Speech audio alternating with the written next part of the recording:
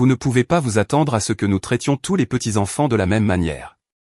Certains sont plus spéciaux, a annoncé ma mère d'une voix forte, en glissant les clés d'un Range Rover à 79 900 € dans la main de mon neveu.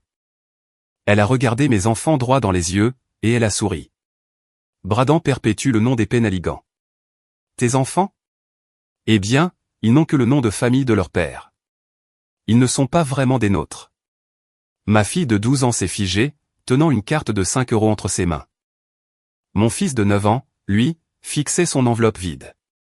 La pièce entière, remplie de 22 membres de la famille, a été plongée dans le silence. Je n'ai pas haussé le ton. Je n'ai pas argumenté.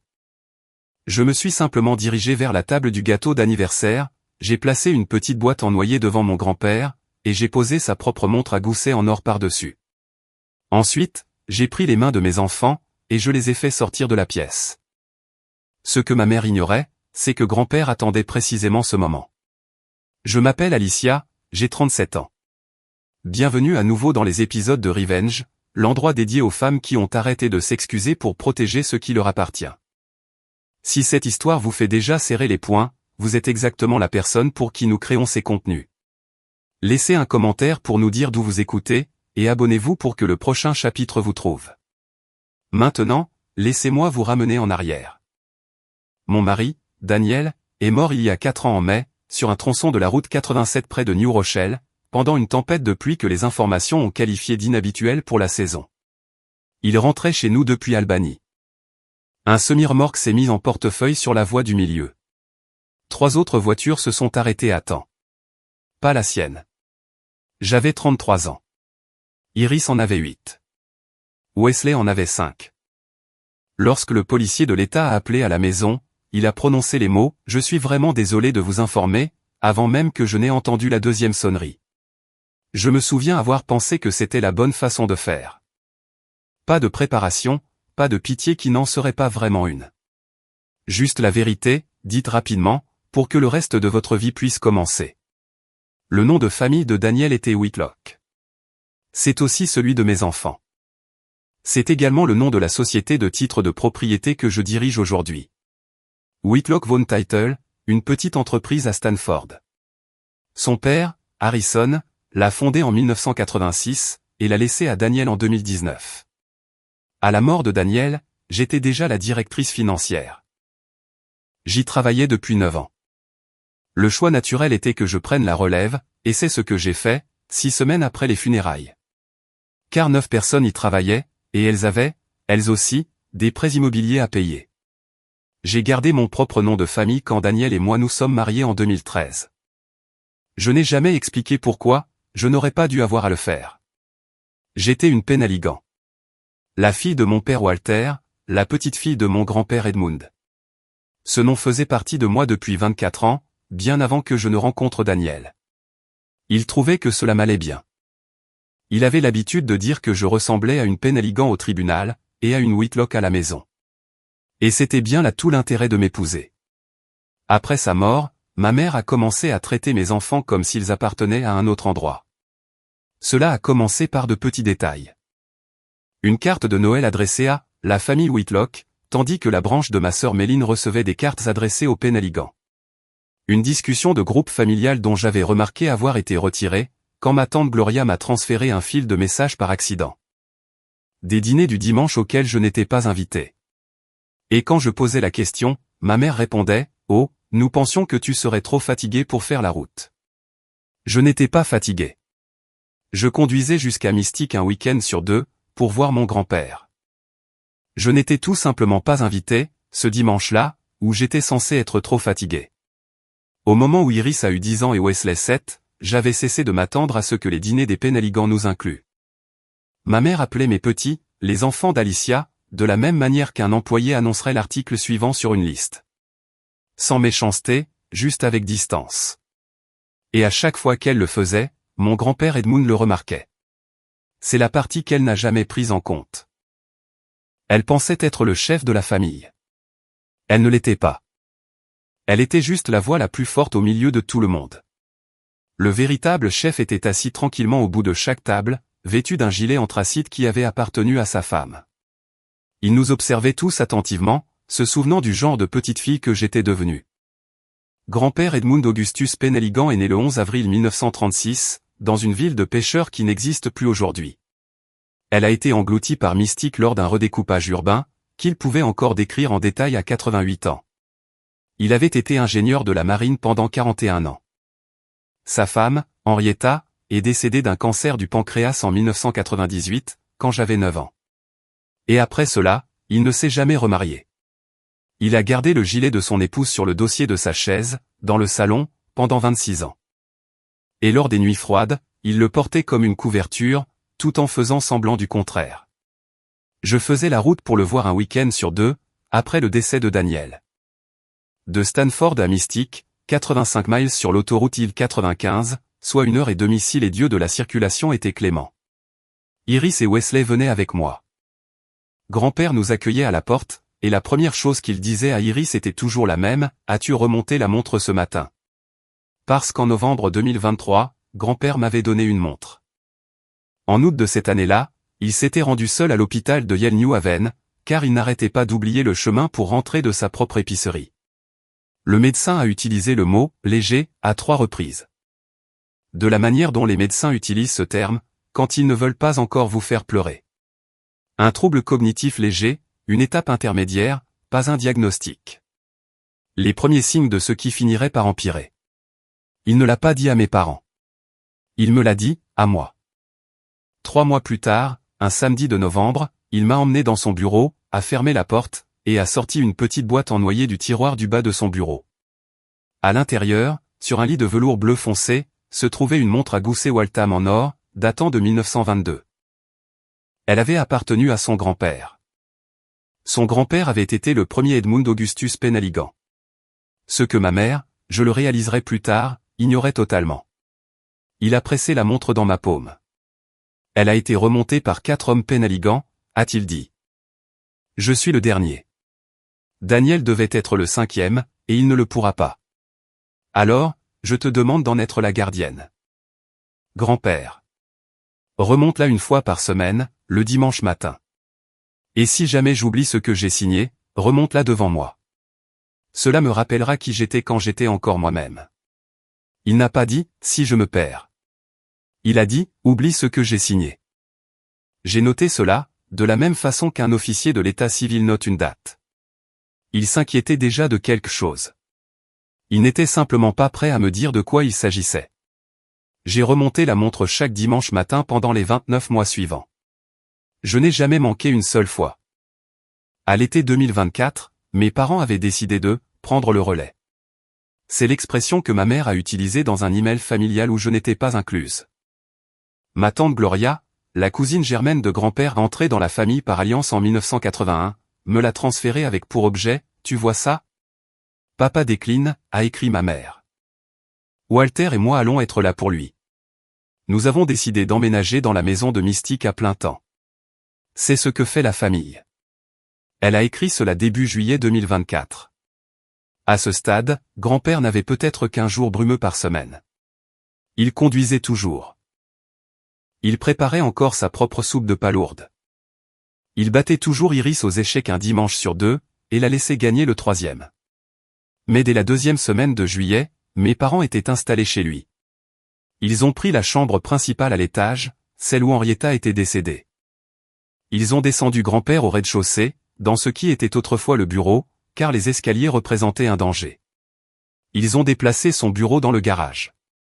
La chaise en noyer qu'Henrietta avait retapissée en 1979 a fini à la cave.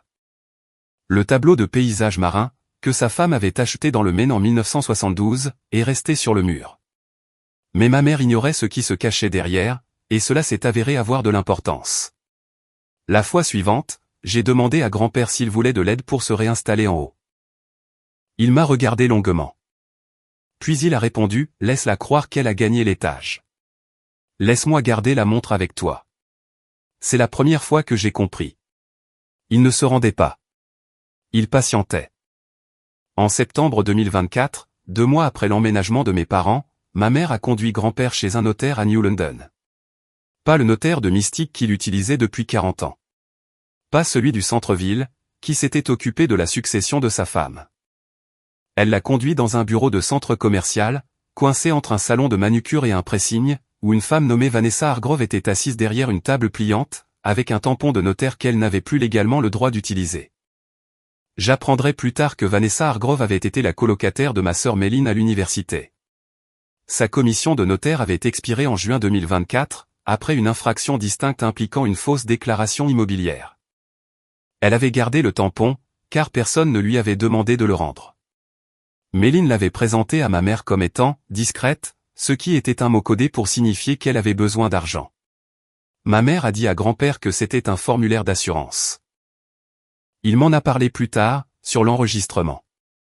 Il a dit, ta mère m'a dit dans la voiture que c'était pour les assurances, que rien ne changerait. Je me souviens avoir demandé 2 fois si je signais quelque chose qui affectait la maison. Elle a dit non. Il a signé un acte de renonciation. 47 Arbor Lane, Mystic, Connecticut. Transféré à Walter A. Penaligan et Béatrice Monsieur Penaligan. En copropriété conjointe.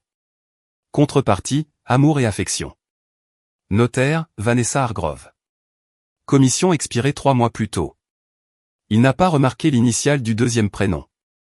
C'était le détail le plus petit, le plus cruel de toute l'affaire. L'acte l'enregistrait sous le nom d'Edmund H. Penaligan.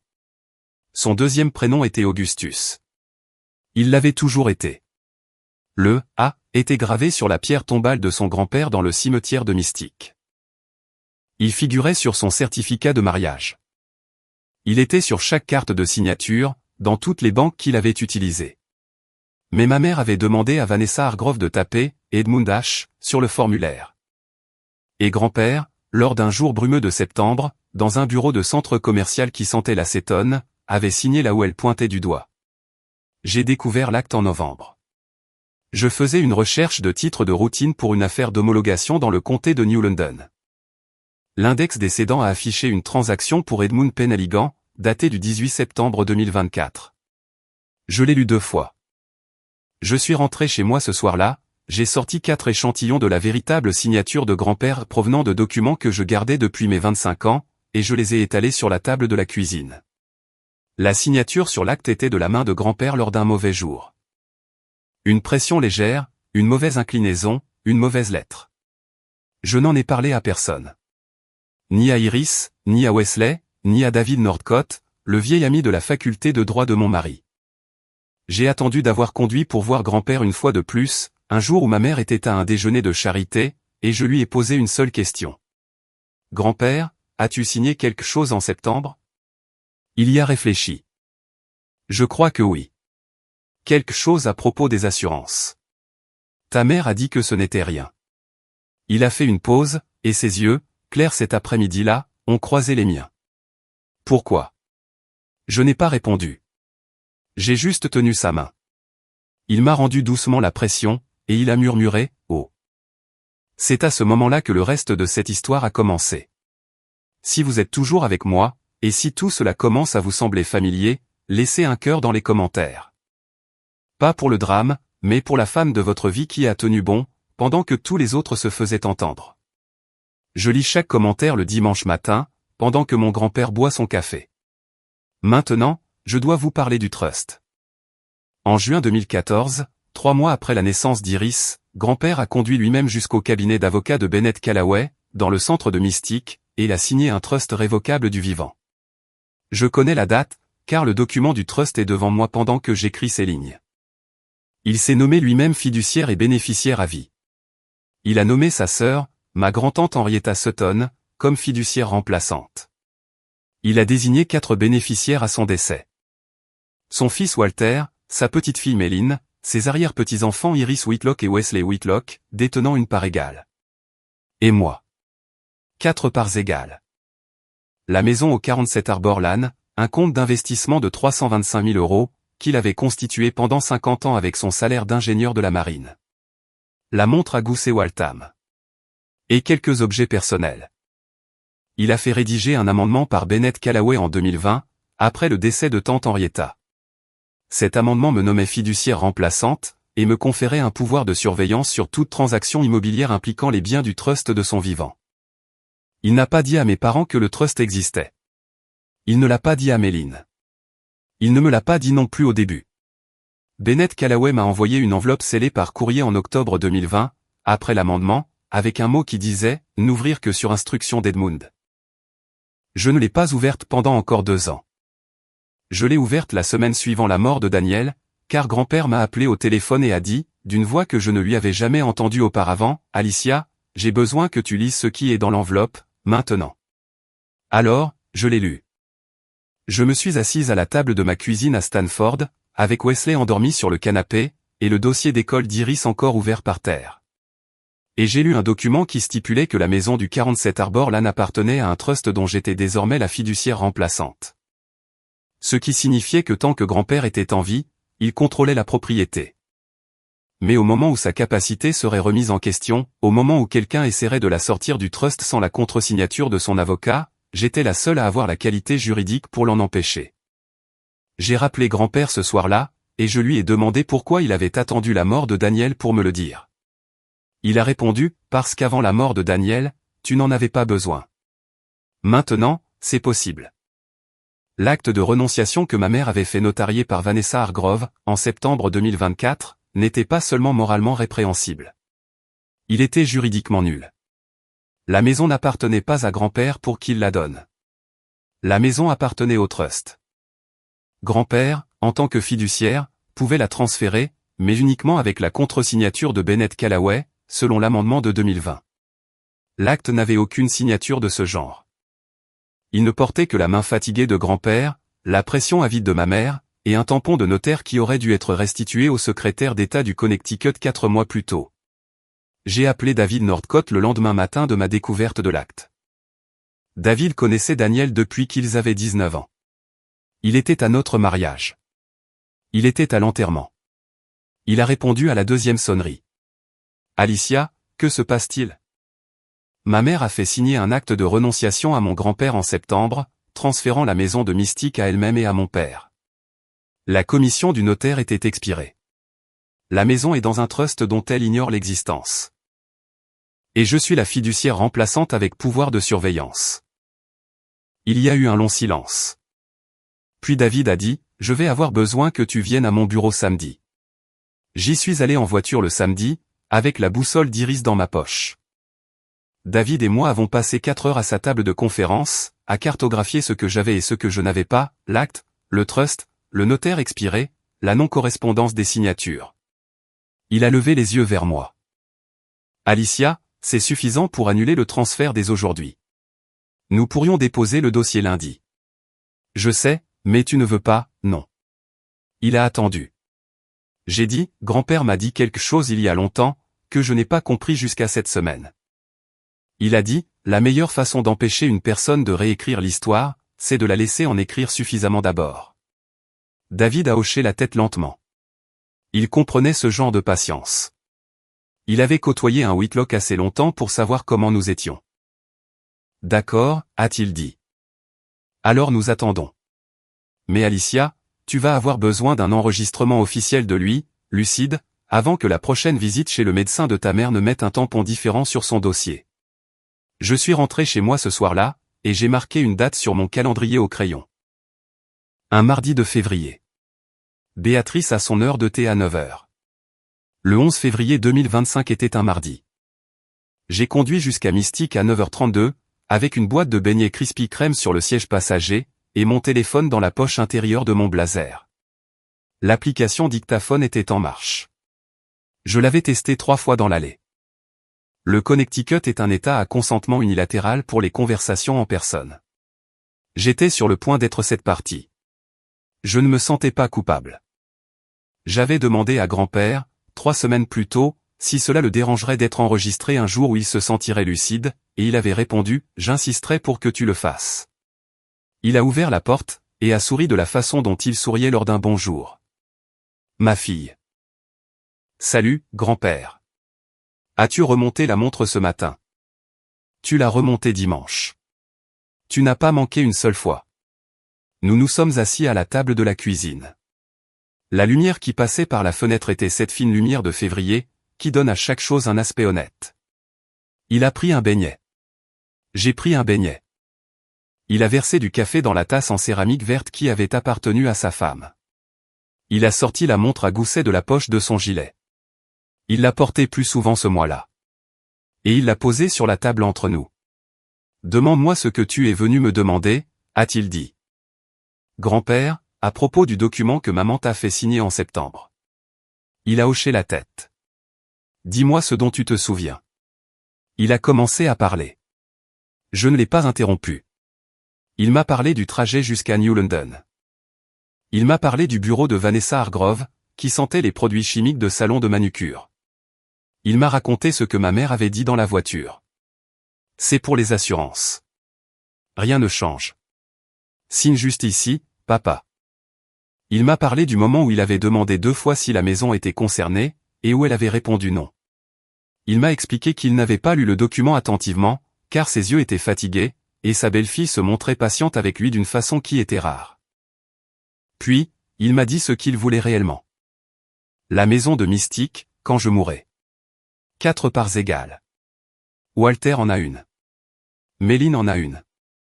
Les enfants de Daniel, Iris et Wesley, en ont une pour eux deux, conservée jusqu'à leurs 25 ans. La 4e. Celle-là est pour Alicia, car c'est elle qui a remonté la montre chaque dimanche. Et parce que Daniel ne peut pas être là pour le faire. Sa voix n'a pas tremblé quand il a prononcé le nom de Daniel. Il a regardé le téléphone dans la poche de mon blazer, comme s'il savait exactement où il se trouvait.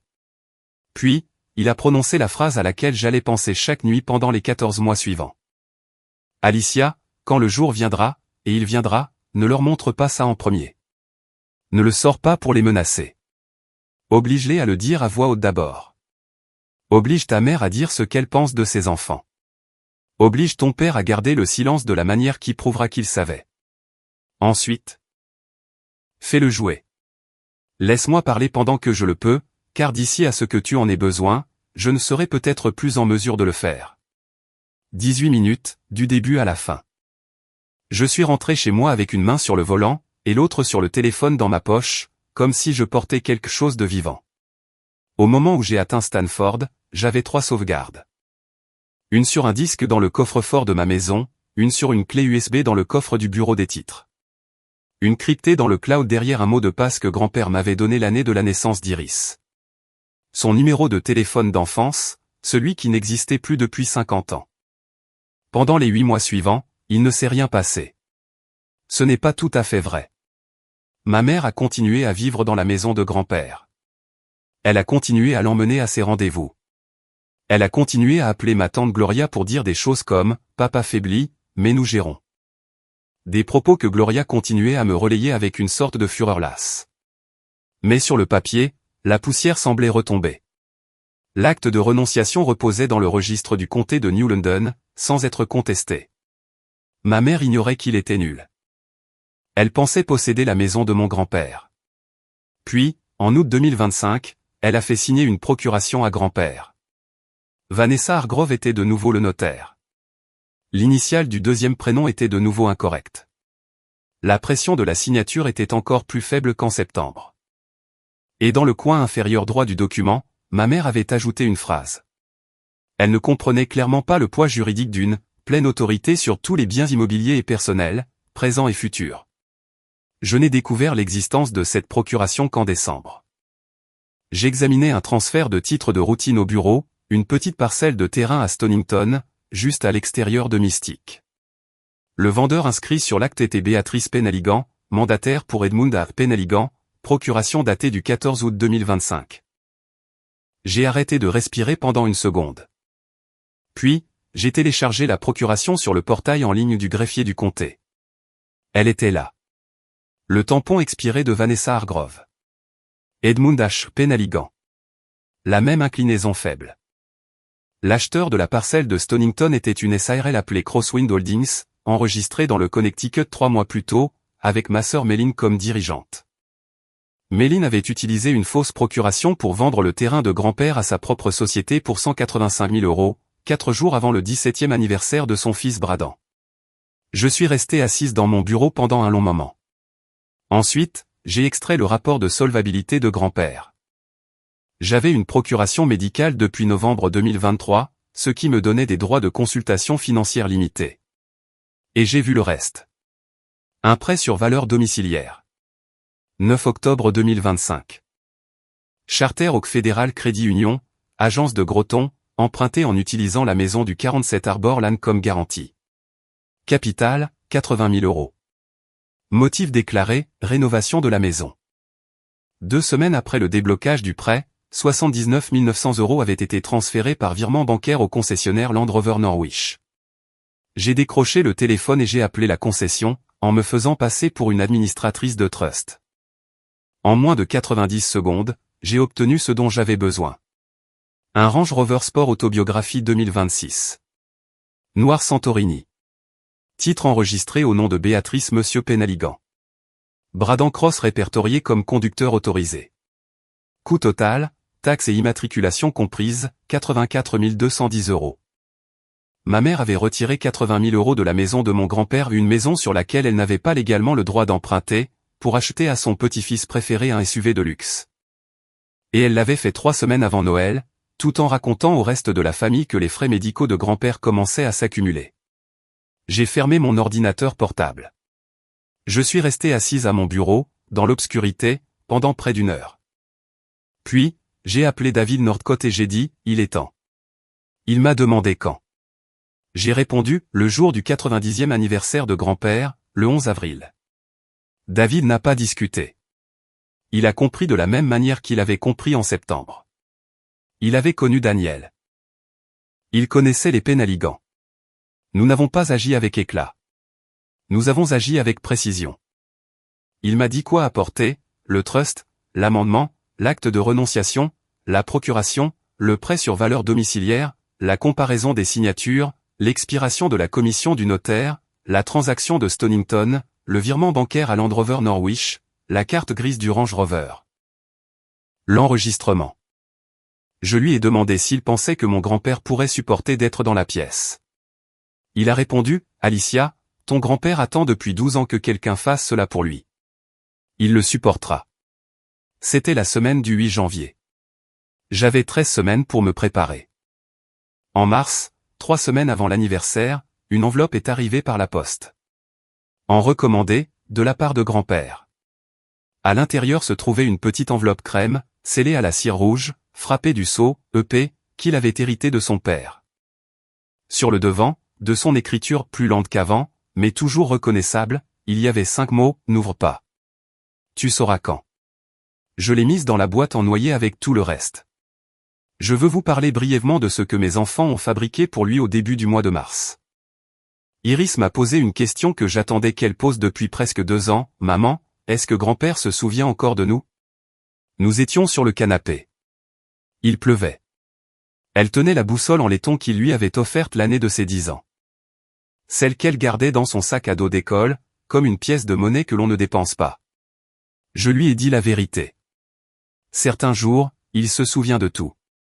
D'autres jours, non. Mais l'amour n'a pas besoin de mémoire, chérie. Il a juste besoin de présence. Elle y a longuement réfléchi. Puis elle a demandé, est-ce qu'on peut lui fabriquer quelque chose qu'il peut tenir? Pas sur un téléphone, sur du papier. Pour que, quand sa mémoire est brouillée, cette chose le lui rappelle. J'ai répondu, oui.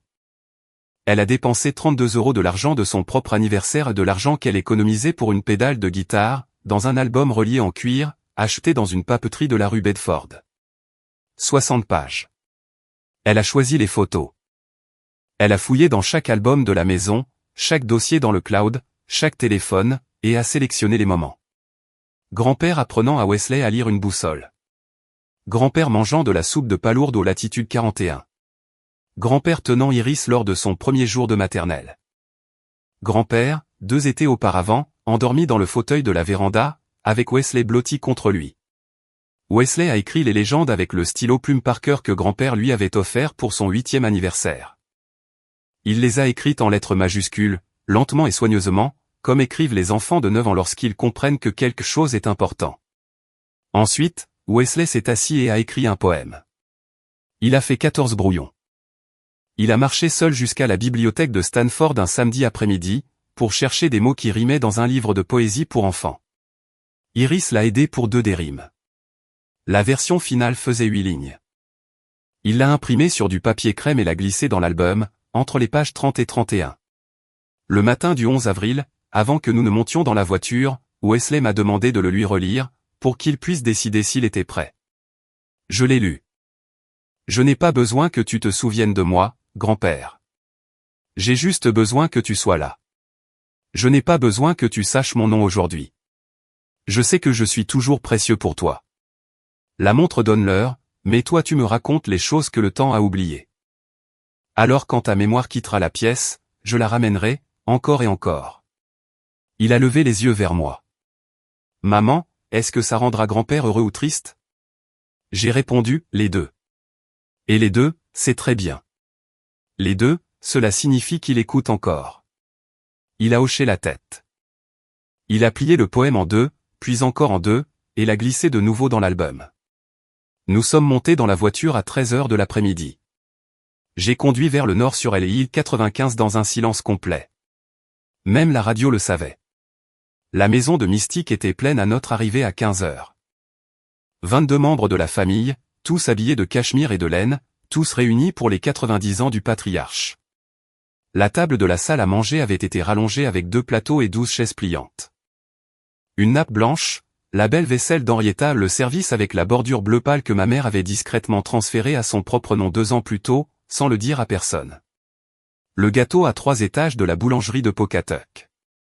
90 bougies prêtes à être allumées à 18h. Grand-père nous a accueillis à la porte. C'était un bonjour. Je pouvais le lire dans ses yeux avant même qu'il ne prononce un mot. Ma fille, as-tu remonté la montre ce matin? Oui, grand-père. Pile à l'heure. Il a baissé les yeux vers Iris et Wesley. Il ne s'est pas agenouillé. Ses genoux ne le pouvaient plus, mais il s'est penché suffisamment en avant pour que Wesley puisse poser sa petite main sur la manche du gilet de grand-père. Vous m'avez apporté quelque chose? Iris a levé l'album en cuir. Wesley a levé le poème plié en 4. Nous l'avons fait nous-mêmes, a dit Wesley très sérieusement. Il y a un poème. Les yeux de grand-père se sont remplis de larmes. Il ne les a pas laissés couler. Je lirai chaque mot, a-t-il répété 2 fois. Ma mère est apparue dans le hall derrière lui. Elle portait un pull en cachemire crème et ses boucles d'oreilles pendantes en diamant. Celle que ma grand-mère lui avait laissée, dans le seul geste aimable qu'Henrietta ait jamais eu envers Béatrice en 40 ans de mariage. Elle tenait une flûte de champagne. Elle a regardé mon sac fourre-tout. Que as-tu apporté, ma chérie? Ça a l'air lourd. Je lui ai souri. Un petit quelque chose pour la table. Elle m'a rendu mon sourire. Elle m'avait mal jugé. Elle croyait que j'étais poli. Bradan était assis à l'autre bout de la salle à manger, sur son téléphone, portant un blazer Brooks Brothers qui ne lui allait pas très bien. Il a 17 ans. C'est un grand garçon, un peu anxieux, préparé pour l'université Brown depuis l'âge de 11 ans. Il n'a jamais été cruel envers mes enfants. Il a été pire que cruel. Il a été absent. Il les a traités comme on traite les enfants d'une tante qu'on ne connaît pas vraiment. Dans mon cœur, je lui avais préparé une place pour le pardonner il y a des années, juste au cas où il en aurait besoin plus tard. Je n'étais pas encore sûr qu'il la prendrait. Ma sœur Méline m'a fait la bise en l'air sans me regarder dans les yeux. Oh, tu as amené les enfants. Mignon. Tante Gloria a levé les yeux de son siège, au coin de la table. 64 ans, belle-sœur d'Henrietta, l'épouse, la seule femme de cette famille qui ait jamais dit à ma mère de se taire lors d'un repas de Thanksgiving. Elle ne m'a pas souri. Elle a regardé le sac fourre-tout dans ma main, et son regard est devenu très fixe. Elle savait que j'apportais quelque chose. Elle ne savait juste pas quoi. Grand-père s'est assis en bout de table, dans la chaise au dossier haut avec le coussin vert. Je me suis assise à sa droite. Iris s'est assise à côté de moi. Wesley s'est assis à côté d'Iris. L'album reposait entre eux, intact, attendant. Ma mère s'est levée et a fait tinter sa flûte de champagne 3 fois. Bienvenue à tous pour les 90 ans d'Edmund, a-t-elle dit. Avant d'allumer les bougies, avant de manger, il y a quelque chose que nous voulons faire. Un cadeau de cette famille à l'avenir de cette famille. Elle s'est dirigée vers le buffet. Elle a soulevé une boîte en velours rouge. Elle a traversé la pièce, s'est tenue derrière la chaise de Bradan, et elle a posé la boîte sur la table devant lui, avec le soin d'un couronnement. Bradan, mon chéri, ouvre-la. Il l'a fait. À l'intérieur de la boîte se trouvait la télécommande d'un Range Rover. Plastique noir, logo argenté, et en dessous, plié en deux, il y avait une enveloppe en papier imprimée avec les mots « Land Rover Norwich ». La pièce a applaudi. Mon père s'est levé et a pris une photo. Méline a carrément pleuré. De façon théâtrale, répétée, le genre de pleurs qui sait où se trouvent les caméras. Bradan a regardé les clés, puis sa mère, puis sa grand-mère. Il a souri. Ce n'était pas un vrai sourire. Je l'ai remarqué. Ma mère s'est tournée vers le reste de la pièce. Bradan ira à Brown l'automne prochain. Il a besoin d'une voiture sûre. Une voiture digne de lui. Une voiture digne du nom Penhaligon. Puis, elle a marché vers la table à côté du buffet, où reposaient deux fines enveloppes. L'une portait le nom d'Iris, écrit avec un stylo à paillettes. L'autre portait celui de Wesley. Elle les a ramassés, a traversé la pièce jusqu'à l'endroit où étaient assis mes enfants. Et elle les leur a tendus, avec la même énergie qu'un professeur qui rend un devoir. Iris et Wesley les ont ouvertes ensemble. Iris a ouvert la sienne. Une carte cadeau Walgreen de 5 €. Pas de petits mots, pas de carte de vœux, juste soupir amusé le morceau de plastique glissé dans une enveloppe générique, qui n'avait même pas été scellée correctement. Wesley a ouvert la sienne. Rien. L'enveloppe était vide. Le rabat avait été collé 2 fois. Je pouvais voir la deuxième trace de colle séchée le long du pli intérieur, comme si quelqu'un l'avait ouverte après l'avoir scellée, l'avait vérifiée, et l'avait refermée sans rien mettre dedans. Il a regardé à nouveau à l'intérieur. Il l'a retournée et l'a secouée. Il a chuchoté, « Maman, la mienne est vide. Est-ce que grand-mère a oublié ?» La pièce est devenue très silencieuse. Iris tenait la carte de 5 € à 2 mains, comme si elle risquait de se briser. Tante Gloria a regardé ma mère.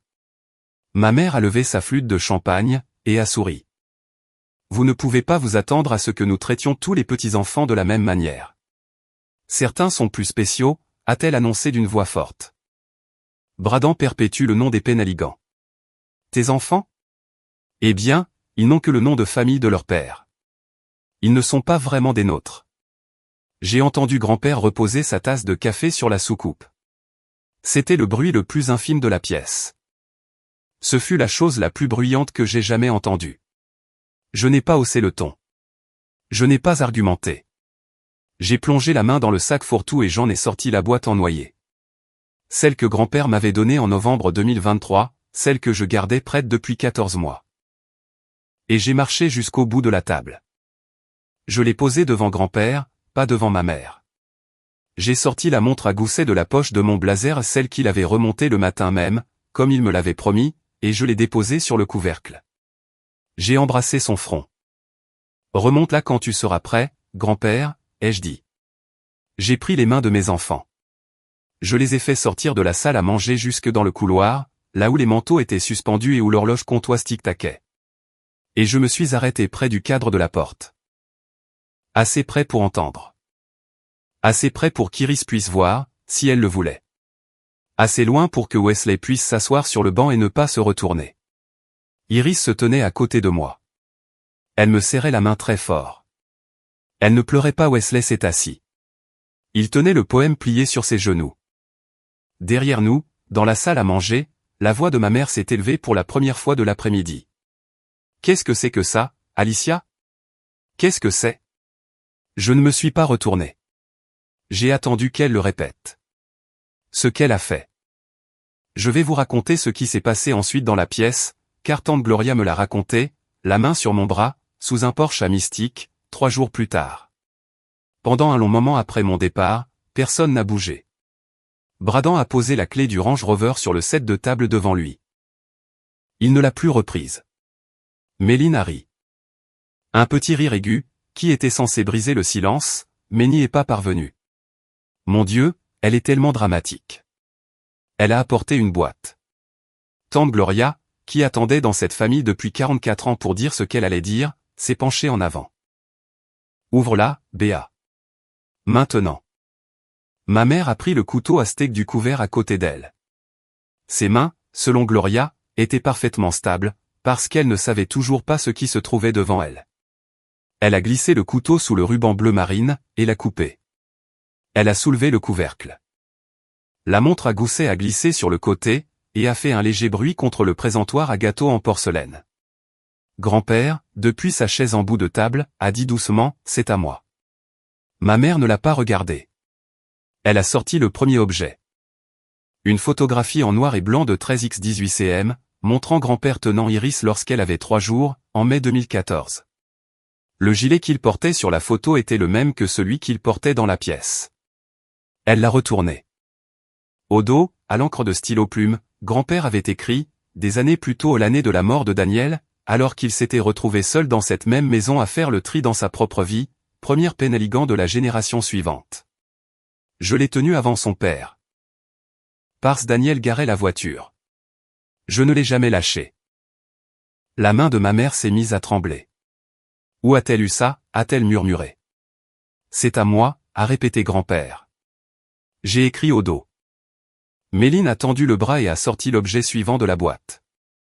Un dossier en cuir bleu marine, avec un sceau estampillé en haut. Trust révocable du vivant Penaligan.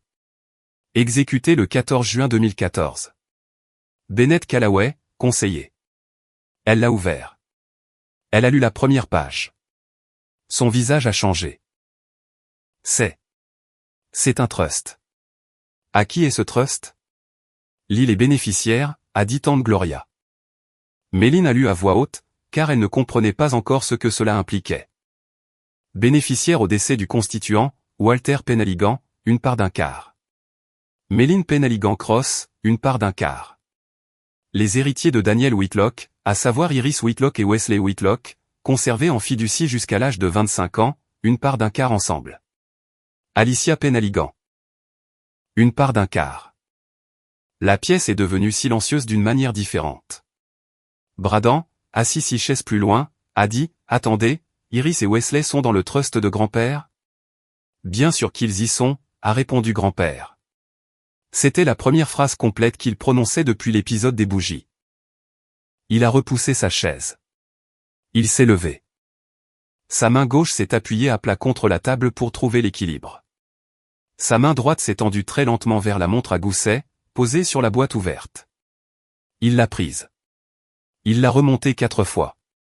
Le cliquetis a résonné, petit éclair, dans le silence de la pièce. Il a regardé ma mère. Béatrice, a-t-il dit, montre l'acte à tout le monde. Le vrai, pas celui que tu m'as fait signer. Bennett Callaway le conserve pour moi depuis 2014. Appelle-le. Il est à 5 miles d'ici. Dis-lui que c'est moi qui demande.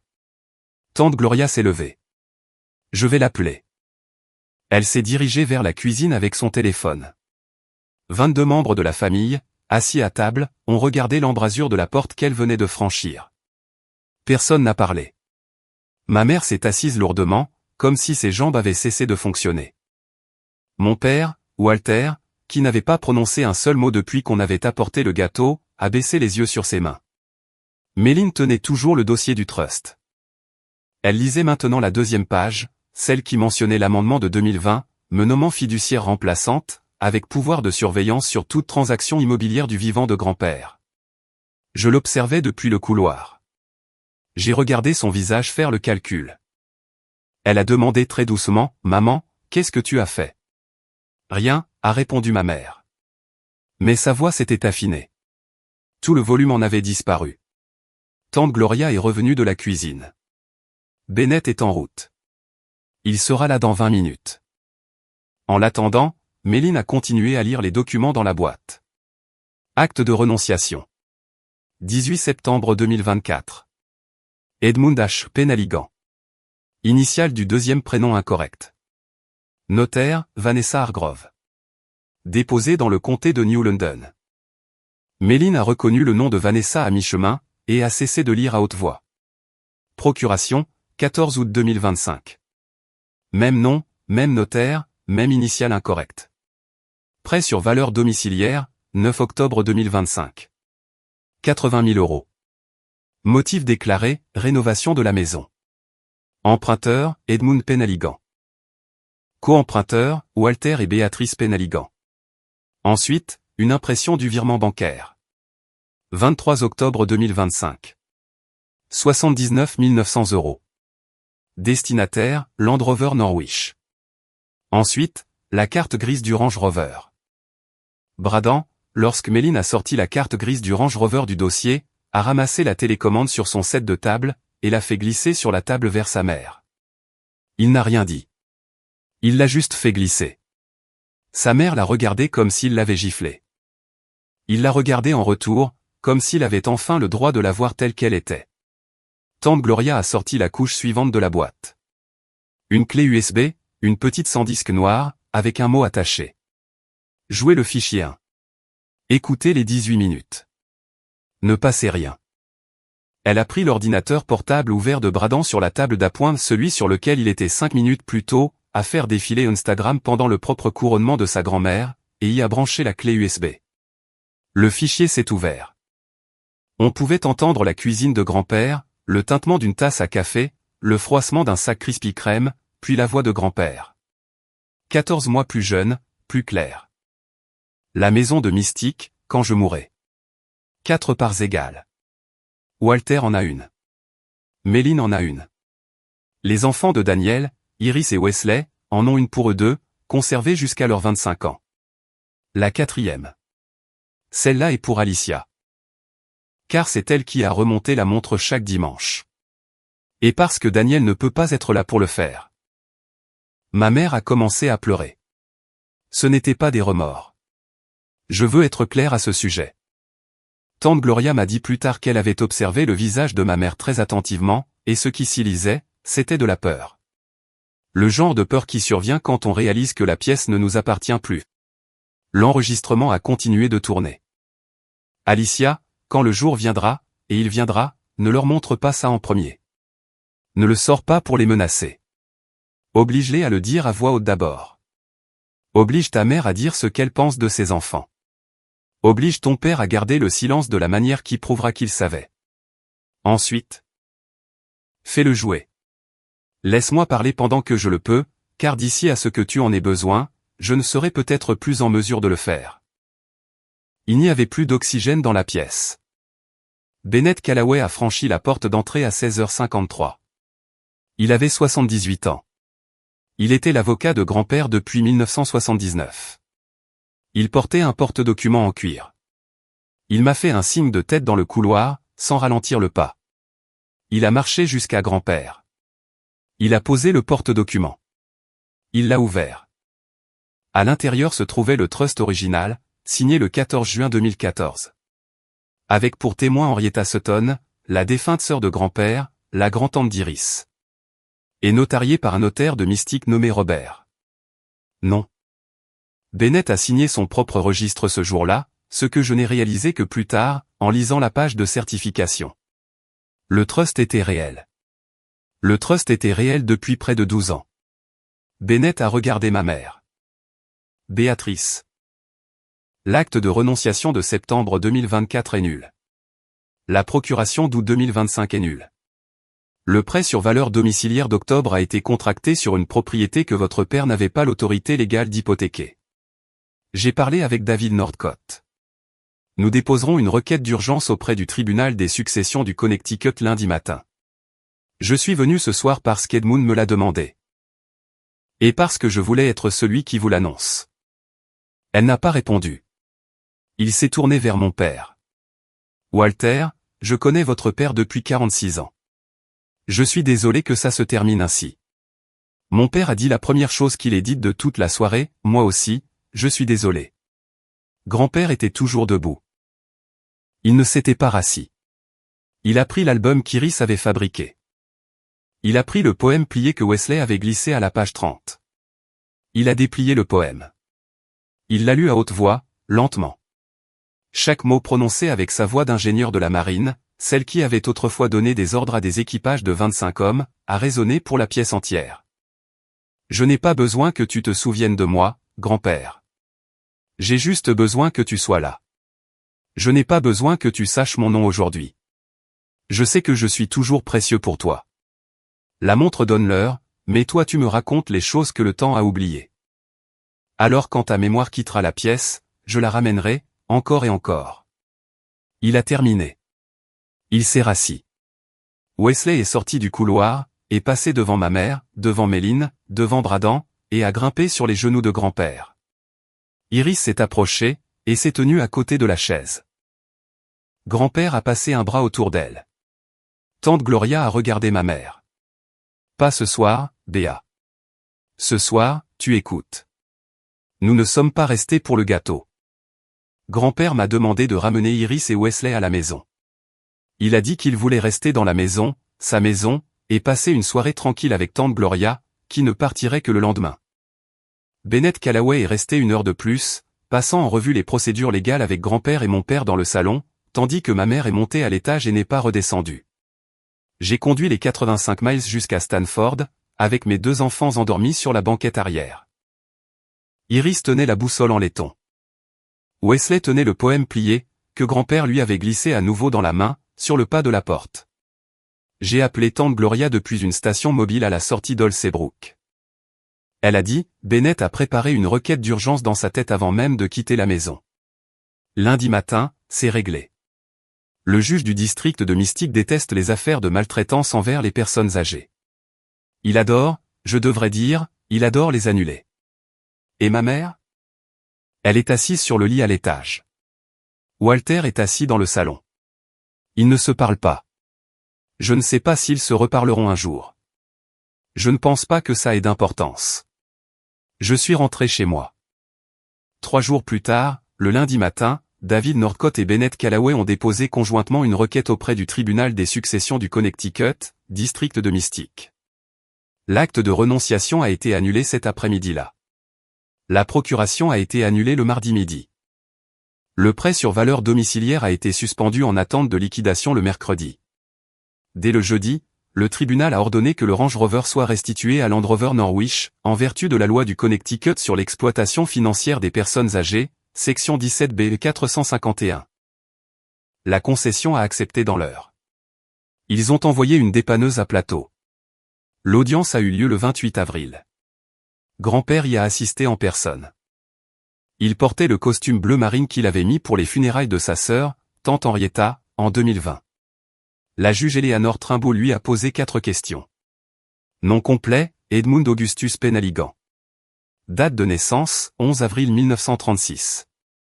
Adresse, 47 Arbor Lane, Mystique, Connecticut, depuis 1968.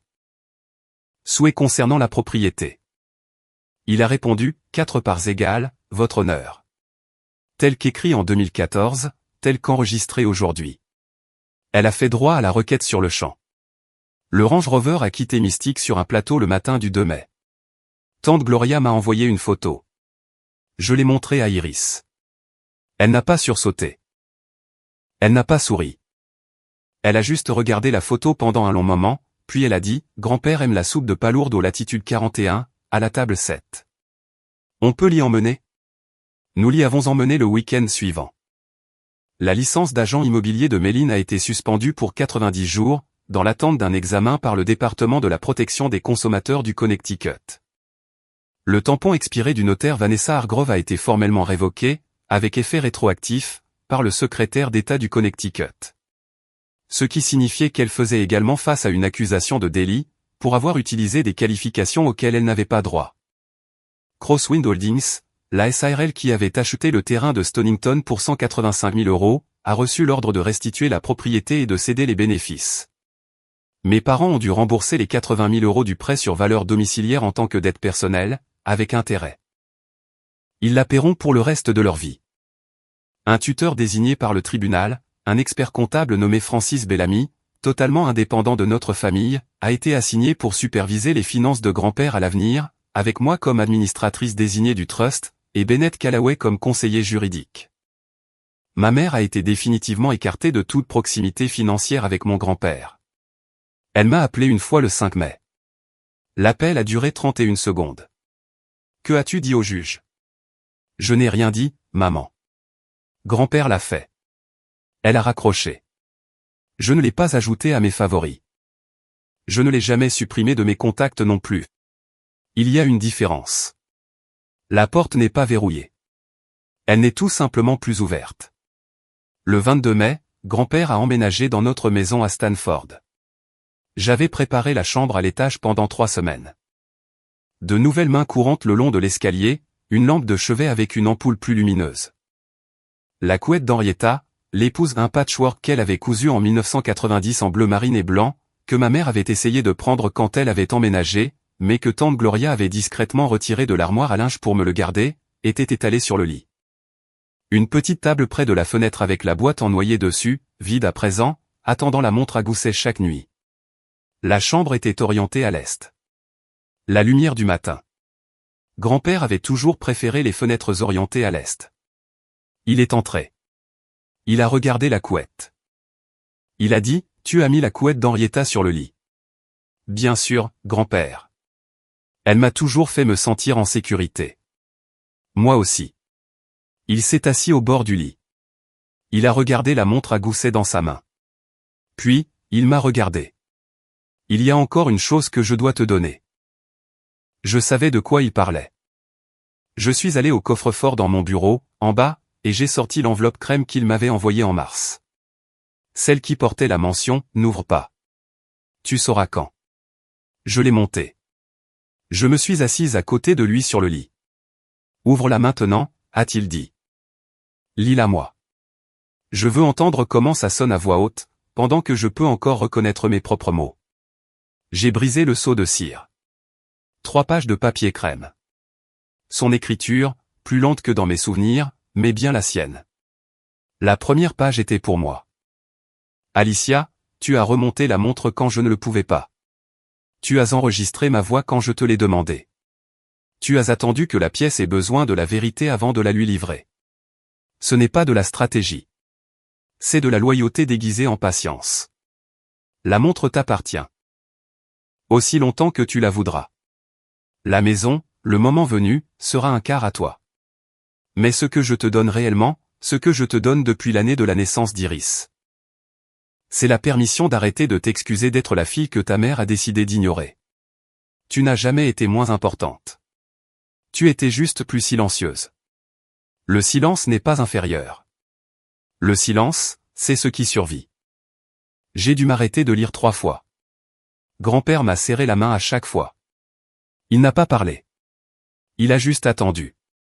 La 2e page était pour Iris et Wesley. Je les ai appelés. Ils ont grimpé sur le lit. Iris s'est assise sur le côté gauche de grand-père. Wesley s'est assis sur ses genoux. La couette nous recouvrait tous les 4. J'ai lu, pour Iris et Wesley. Au moment où vous lirez ceci, vous aurez appris que tous les adultes de votre vie ne vous aimeront pas de manière équitable. Ce n'est pas de votre faute. Être spécial, ce n'est pas un titre qu'on reçoit. Être spécial, c'est rester doux, quand le monde ne l'est pas. Tu m'as écrit un poème, Wesley. Qui m'a fait pleurer un jour où pleurer était difficile. Tu m'as fabriqué un album, Iris, que je regarderai chaque matin, jusqu'à ce que je ne le puisse plus.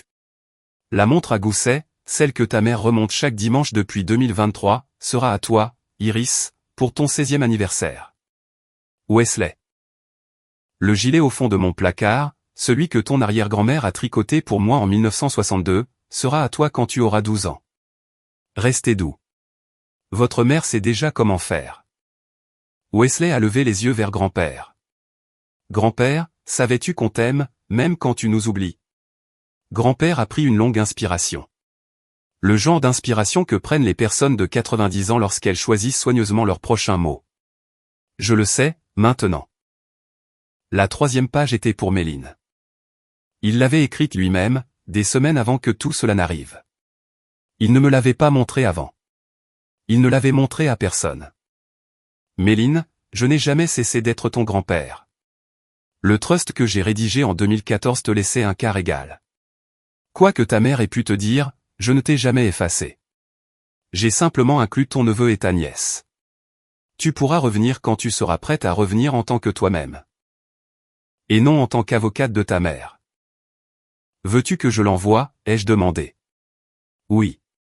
Je l'ai posté le lendemain. En recommandé. Sans petit mot de ma part. 4 semaines plus tard, fin mai, Méline a envoyé un SMS d'une seule ligne, depuis un numéro sur lequel elle m'avait bloqué pendant 2 ans. Je suis prête à parler, quand tu le seras. Je n'ai pas encore répondu. Je le ferai, mais pas tout de suite. Bradan est venu chez nous un samedi à la mi-mai, seul, par le train depuis Westport. Il s'est tenu sur le porche d'entrée, tenant un petit cyclamen en pot, et ayant l'air de souhaiter être n'importe où ailleurs. Il a 17 ans. Il va à Brown en septembre. C'est le garçon dont ma mère a décidé qu'il était l'avenir d'un nom qu'il ne porte même pas réellement. Cross, pas Penaligan. Et je ne suis pas sûr qu'il s'en soit rendu compte, jusqu'à ce qu'il entende Méline lire le trust à voix haute. Il a demandé s'il pouvait voir Iris et Wesley. Je l'ai fait entrer. Il s'est excusé auprès d'eux. Il n'a pas cherché d'excuses.